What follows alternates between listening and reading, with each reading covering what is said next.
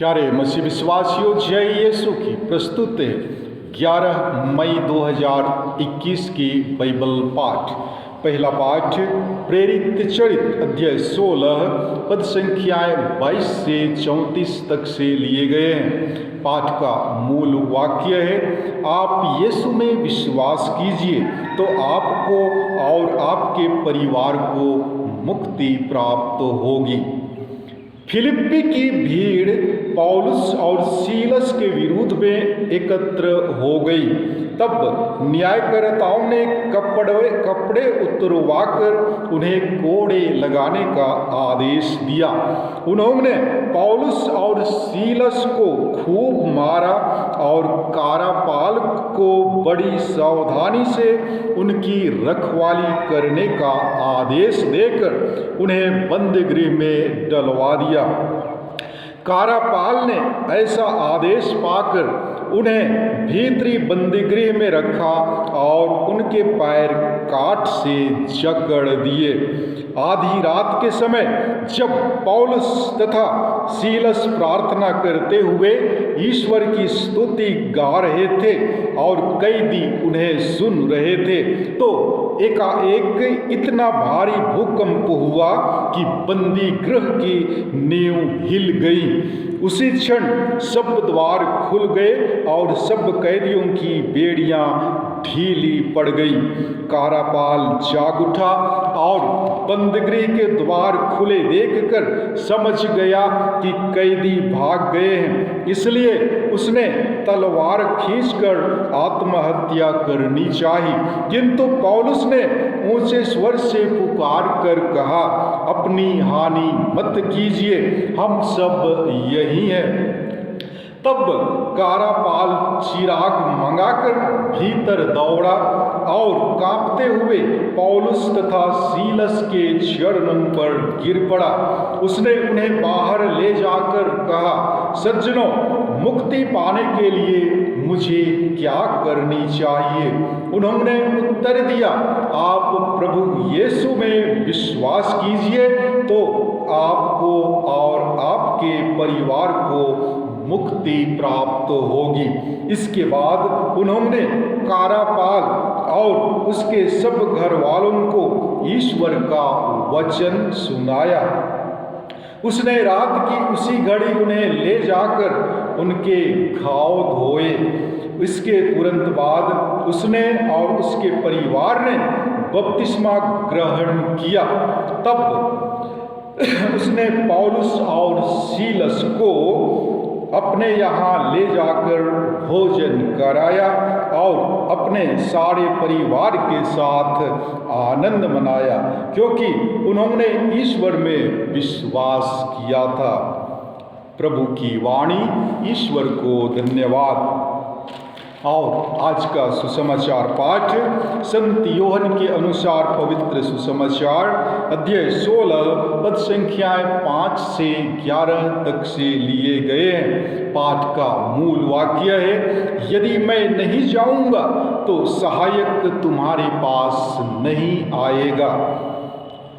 यीशु ने अपने शिष्यों से यह कहा, अब मैं उसके पास जा रहा हूँ जिसने मुझे भेजा है, और तुम लोगों में से कोई मुझसे यह नहीं पूछता कि आप कहाँ जा रहे हैं। मैंने तुमसे ये बातें कही इसीलिए तो तुम्हारे हृदय शोक से भर गए हैं। फिर भी मैं तुम लोगों से सच कहता हूँ, तुम्हारा कल्याण इसमें है कि मैं चला जाऊँ। यदि मैं नहीं जाऊंगा तो सहायक तुम्हारे पास नहीं आएगा, यदि मैं जाऊंगा तो मैं उसे तुम्हारे पास भेजूंगा। जब वह आएगा तो पाप, धार्मिकता और दंडाज्ञा के विषय में संसार का भ्रम प्रमाणित कर देगा। पाप के विषय में क्योंकि वे मुझ में विश्वास नहीं करते, धार्मिकता के विषय में क्योंकि मैं पिता के पास जा रहा हूँ और तुम मुझे और नहीं देखोगे, दंडाज्ञ के विषय में, क्योंकि इस संसार का नायक दोषी ठहराया जा चुका है। प्रभु का सुसमाचार। हे ख्रिस्त, तेरी स्तुति हो। प्यारे मसीही भाइयों एवं बहनों, आज के पहले पाठ में हम पौलुस और सीलास की गिरफ्तारी के बारे में सुनते हैं। यदि हम प्रेरित चरित्र अध्याय 16 पद संख्या 16 से पढ़ेंगे तो हमें ज्ञात होता है कि फिलिप्पी में प्रारंभिक सुखद अनुभव के बाद मिशनरियों के लिए ईश्वर एक कटु अनुभव भी होने देते हैं, ताकि वे परिपक्व बनकर ईश्वर के महत्तर आशीर्वाद का माध्यम बन सकें। जब जब पौलुस और उसके साथी उस क्षेत्र विशेष से गुजरते थे, एक भविष्यवक्ता अपदूत के वशीभूत दासी युवती पीछे पीछे चलकर उन्हें सर्वोच्च ईश्वर के सेवक और मुक्ति के मार्गदर्शन कहकर चिल्लाती रहती थी।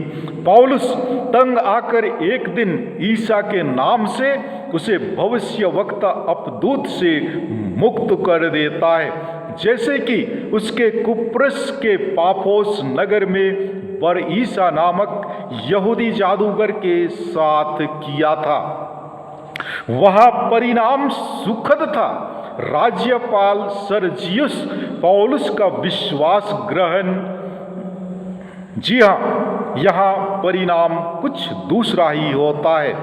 दासी जब अपदूत मुक्त हो जाती है तो उसके मालिक अपनी आमदनी से वंचित हो जाते हैं। फलतः वे पौलुस और सीलास को खींचकर अधिकारियों और न्यायकर्ताओं के पास ले जाते हैं और उन पर नगर में अशांति फैलाने और रोमी विरोधी प्रथाओं के प्रचार करने का आरोप लगाते हैं। तब न्यायकर्ता पौलुस और सीलास को निर्वस्त्र कर खूब पिटवाते हैं और कारापाल को बड़ी सावधानी से उन पर पहरा करने का आदेश देकर उन्हें बंदीगृह में डलवा देते हैं।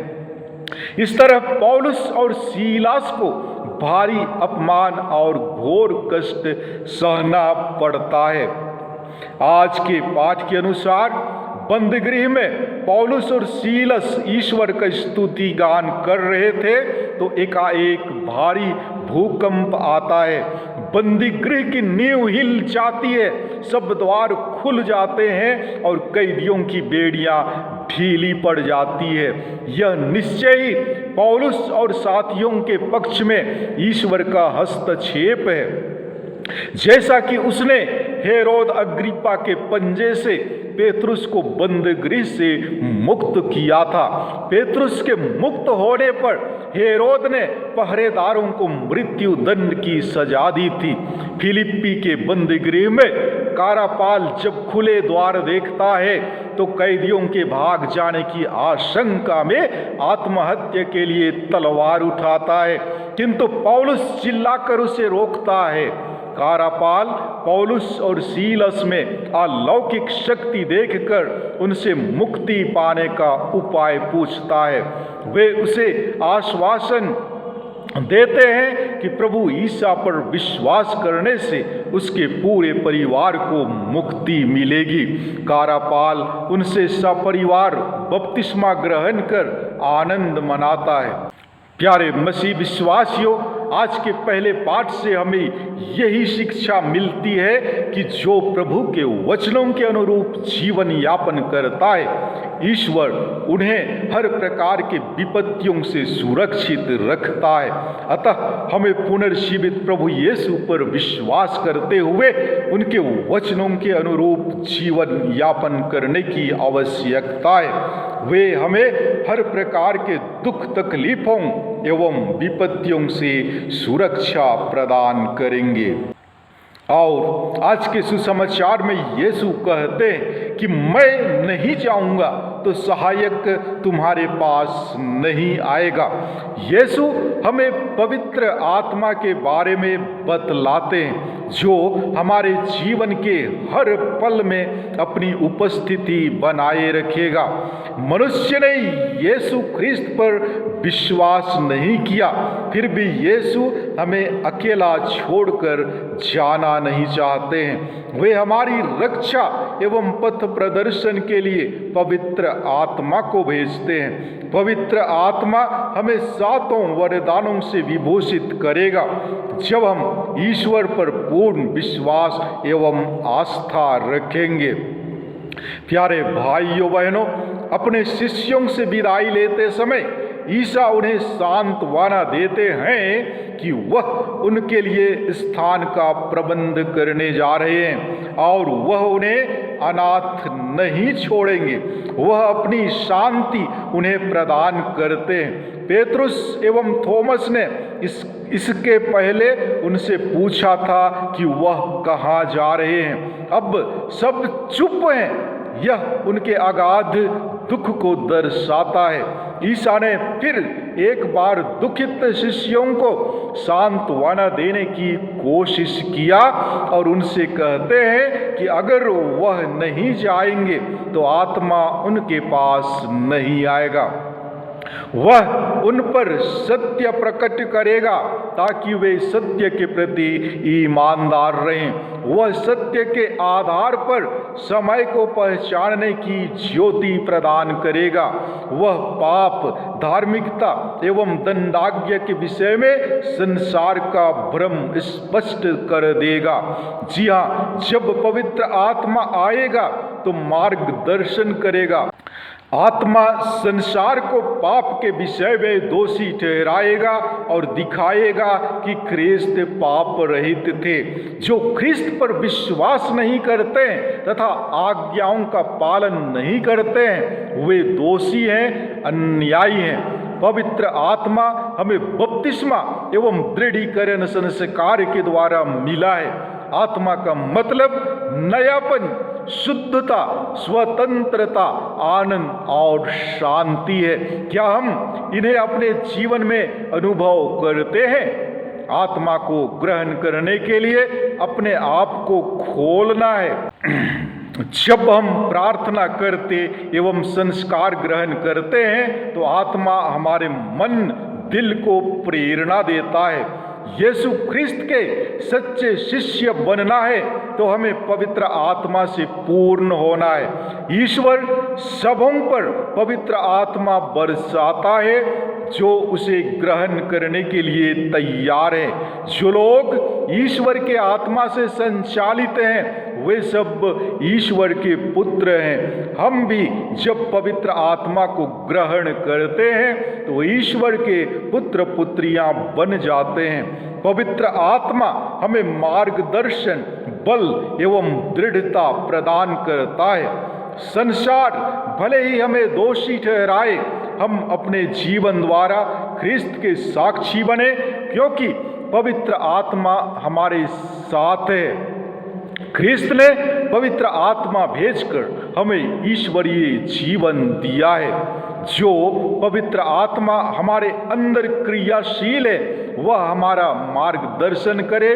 उसकी अगुवाई में हम सुंदर एवं पवित्र तथा बेहतर जीवन जी सकें। जी हाँ, पवित्र आत्मा अपनी आवाज द्वारा दुनिया के लोगों को ईश्वर की इच्छा के अनुसार जीवन जीने की प्रेरणा देता है। यदि वे उसकी वाणी सुनेंगे तो वह उन्हें दोष रहित जीवन अर्थात ईसा के पुनरुत्थान का नया जीवन जीने के लिए बल प्रदान करेगा। क्या हम पवित्र आत्मा की सहायता को एक सच्चा ख्रिस्तीय जीवन जीने और उसके द्वारा सुसमाचार की प्रचार करने के लिए स्वीकार करते हैं? हम प्रार्थना करें कि ईश्वर हमें पवित्र आत्मा के सातों वरदानों से विभूषित करे ताकि हम पवित्र आत्मा की प्रेरणा के अनुरूप जीवन यापन कर सकें। ईश्वर आप सबों को इस कृपा से विभूषित करे। आमीन। प्यारे भाइयों बहनों, यदि आप मेरे चैनल में नए हैं तो कृपया सब्सक्राइब करें, लाइक करें, कमेंट करें और अपने दोस्तों एवं रिश्तेदारों में साझा जरूर करें। ईश्वर आपको आशीष प्रदान करेगा। आमीन।